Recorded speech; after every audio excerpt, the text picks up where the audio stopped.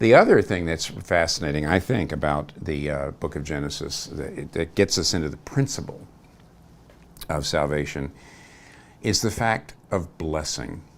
My friend Tremper Longman has written a commentary on Genesis in which he points out that the word blessing is very, very central to the book of Genesis.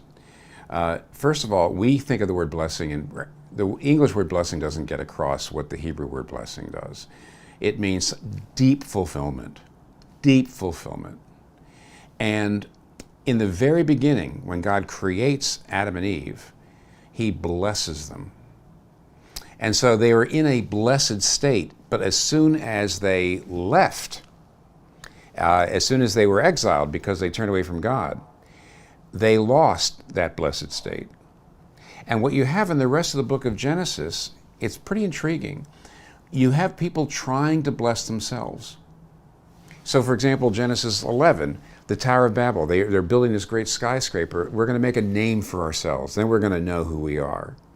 Or poor Jacob, when he realizes his father doesn't love him as much as he loves Esau. I mean, by the way, favoritism in a family is just terrible. And when you know that your parents love the other siblings more than you, it's awful. And as you know, the story, Jacob disguises himself as Esau so that he can hear his father bless him, even though his father would think he's Esau. I mean, it's just pathetic, and it just wrings your heart. But here's what's fascinating: near the very end of Jacob's life, Genesis chapter 32, he ends up wrestling with God, a mysterious angel of the Lord who ends up being, he finds out is God.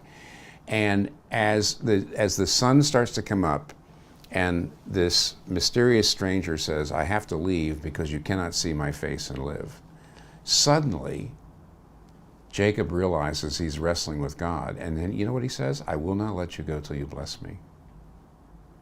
I have never been more moved than when I realized that Jacob suddenly realized what you and I need to realize, and that is the fulfillment we've been looking for in work, in building skyscrapers, in having wonderful spouses, in having lots of children, in making money.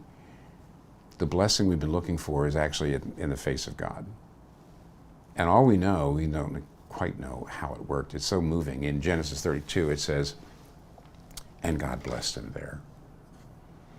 And so you see, the blessing we need is in Jesus himself. Every part of Genesis points to Jesus. Jesus is the true Abraham, who in order to save us, went out not knowing whither he went. Jesus is the true Isaac, who was not just offered up, but actually lost his life. So that just as God could say to Abraham, "Now I know that you love me, because you did not withhold Abraham, your son, your only son, whom you love, from me," we can say to God about the true Isaac, looking at the cross, "Now we know that you love us, because you did not withhold your son, your only son, from us."